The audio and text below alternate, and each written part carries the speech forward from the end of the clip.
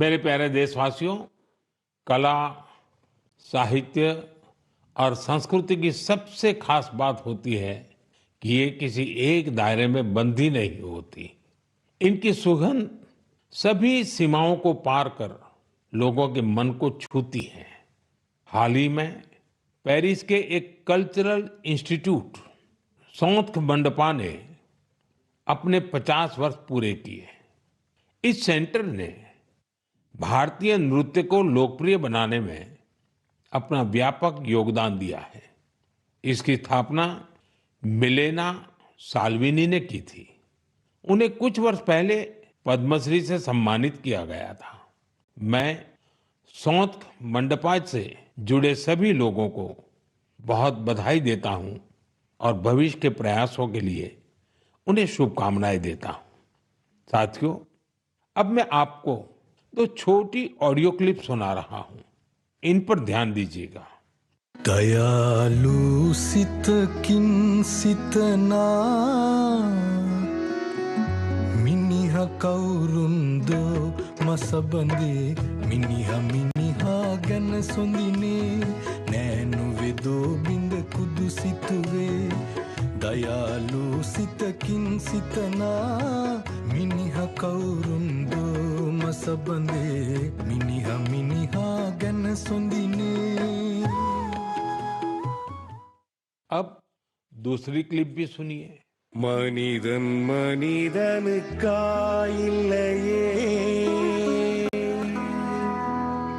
மற்றதுதான் இங்கு கவலைப்படும்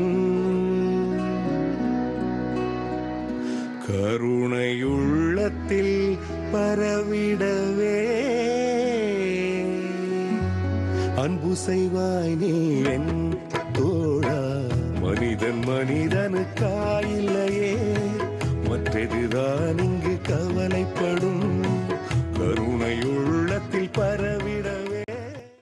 साथियों, ये आवाज इस बात की साक्षी है कि कैसे भूपेन हजारिका जी के गीतों से दुनिया भर के अलग अलग देश आपस में जुड़ते हैं। दरअसल श्रीलंका में एक बेहद ही सराहनीय प्रयास हुआ है।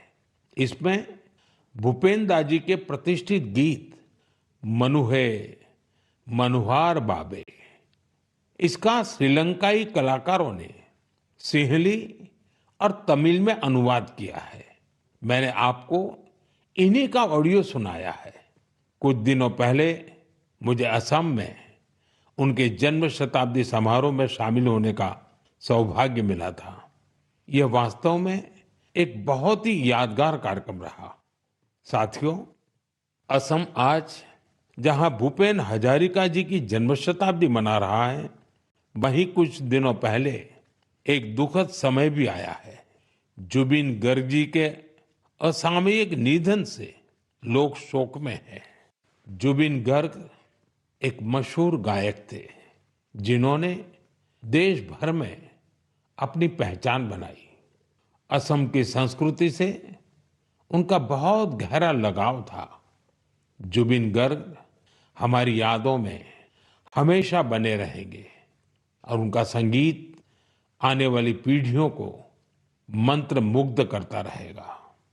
जुबिन गार्ग आसिल अहोमोर हमोस कृतिर उज्ज्वल रत्नो जनोतार हृदय तेयो हृदय जियाय थाकीबो। साथियों, कुछ दिन पहले हमारे देश ने एक महान विचारक और चिंतक S.L. भैरप्पा जी को भी खो दिया है। मेरा भैरप्पा जी से व्यक्तिगत संपर्क भी रहा और हमारे बीच कई मौकों पर अलग अलग विषयों पर गहन बातचीत भी हुई। उनकी रचनाएं युवा पीढ़ी के विचारों को दिशा देती रहेगी। कन्नड़ा की उनकी बहुत सारी रचनाओं का अनुवाद भी उपलब्ध है। उन्होंने हमें बताया कि अपनी जड़ों और संस्कृति पर गर्व करना कितना मायने रखता है। मैं S.L. भैरप्पा जी को अपनी भावभीनी श्रद्धांजलि अर्पित करता हूं और युवाओं से उनकी रचनाएं पढ़ने का आग्रह करता हूं। मेरे प्यारे देशवासियों, आने वाले दिनों में एक के बाद एक त्योहार और खुशियां आने वाली हैं। हर पर्व पर हम खरीदारी भी खूब करते हैं और इस बार तो जीएसटी बचत उत्सव भी चल रहा है। साथियों, एक संकल्प लेकर आप अपने त्योहारों को और खास बना सकते हैं। अगर हम ठान लें कि इस बार त्योहार सिर्फ स्वदेशी चीजों से ही मनाएंगे, तो देखिएगा हमारे उत्सव की रौनक कई गुना बढ़ जाएगी। वोकल फॉर लोकल को खरीदारी का मंत्र बना दीजिए। ठान लीजिए हमेशा के लिए जो देश में तैयार हुआ है वही खरीदेंगे। जिसे देश के लोगों ने बनाया है वही घर ले जाएंगे। जिसमें देश के किसी नागरिक की मेहनत है उसी सामान का उपयोग करेंगे।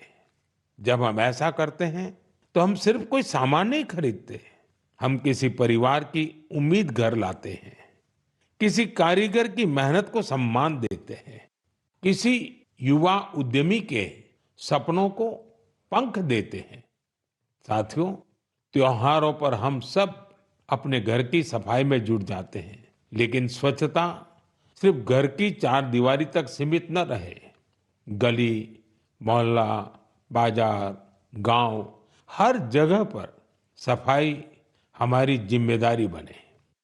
साथियों, हमारे यहाँ ये पूरा समय उत्सवों का समय रहता है और दिवाली एक प्रकार से महा उत्सव बन जाता है। मैं आप सबको आने वाली दीपावली की भी बहुत बहुत शुभकामनाएं देता हूं, लेकिन साथ साथ फिर से दोहराऊंगा, हमें आत्मनिर्भर बनना है, देश को आत्मनिर्भर बना करके ही रहना है और उसका रास्ता स्वदेशी से ही आगे बढ़ता है। साथियों, मन की बात में इस बार इतना ही। अगले महीने फिर नई गाथाओं और प्रेरणाओं के साथ मुलाकात करूंगा। तब तक आप सबको शुभकामनाएं। बहुत बहुत धन्यवाद।